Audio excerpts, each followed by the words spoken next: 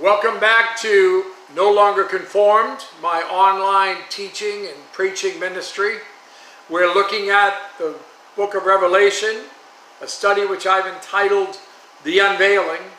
In this session, we'll look at Revelation chapter 8 and verse 7. The symphony is begun. Let's read that verse. Revelation chapter 8, verse 7.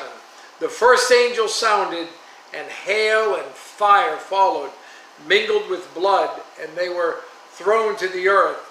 And a third of the trees were burned up, and all green grass was burned.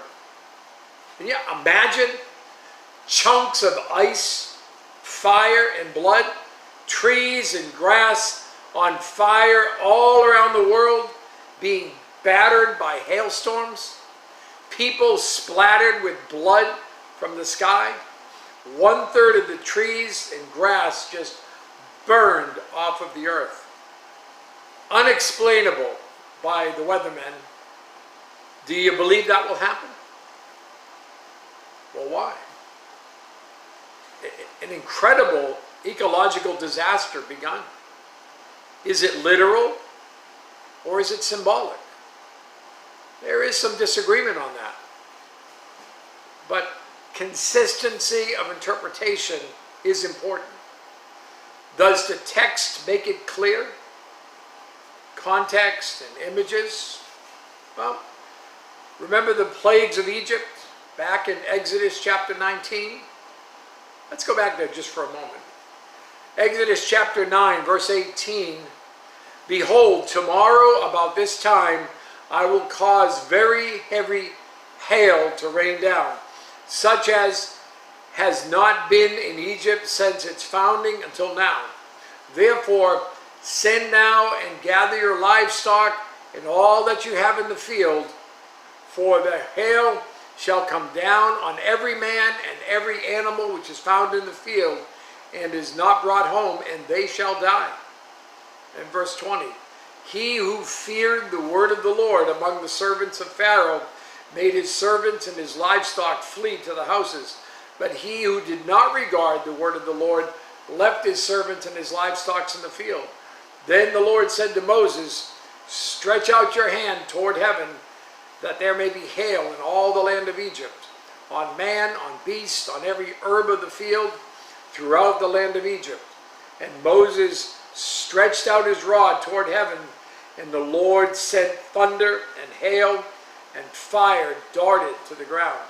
And the Lord rained hail on the land of Egypt, so there was hail and fire mingled with the hail, so very heavy that there was none like it in all the land of Egypt since it became a nation.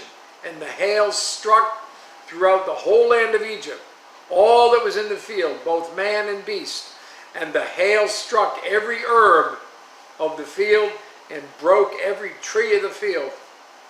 Only in the land of Goshen, where the children of Israel were, there was no hail. The 7 trumpet judgments. Trumpets 1 through 4 affect the earth through natural calamities. Trumpets 5 through 7 impact unbelievers by spiritual forces. I interpret the first 4 trumpets as literal, natural events. Again, as last time, let's look again at that. The 7 trumpets of judgment. The first one, plagues, hail, and fire mixed with blood. It just destroys 1/3 of the earth's vegetation. Very similar to what happened in Egypt on a smaller scale, has now been made global. The second plague, burning mountains cast into the sea, destroys 1/3 of the sea life and ships that happen to be in the sea. The third plague, a great falling star, destroys 1/3 of the rivers. The fourth one, there's a plague that destroys 1/3 of the heavenly bodies which provide light. And then The fifth trumpet, great hordes of demonic forces would bring persecution. The sixth trumpet is an army of horsemen that brings death to 1/3 part of men. And then there's an interlude there where we look at these two mighty angels, this little book, and the two witnesses. And then with the seventh trumpet, again, the seven bowls of God's wrath begin. And we'll continue to look at these trumpets next time. You have a great day.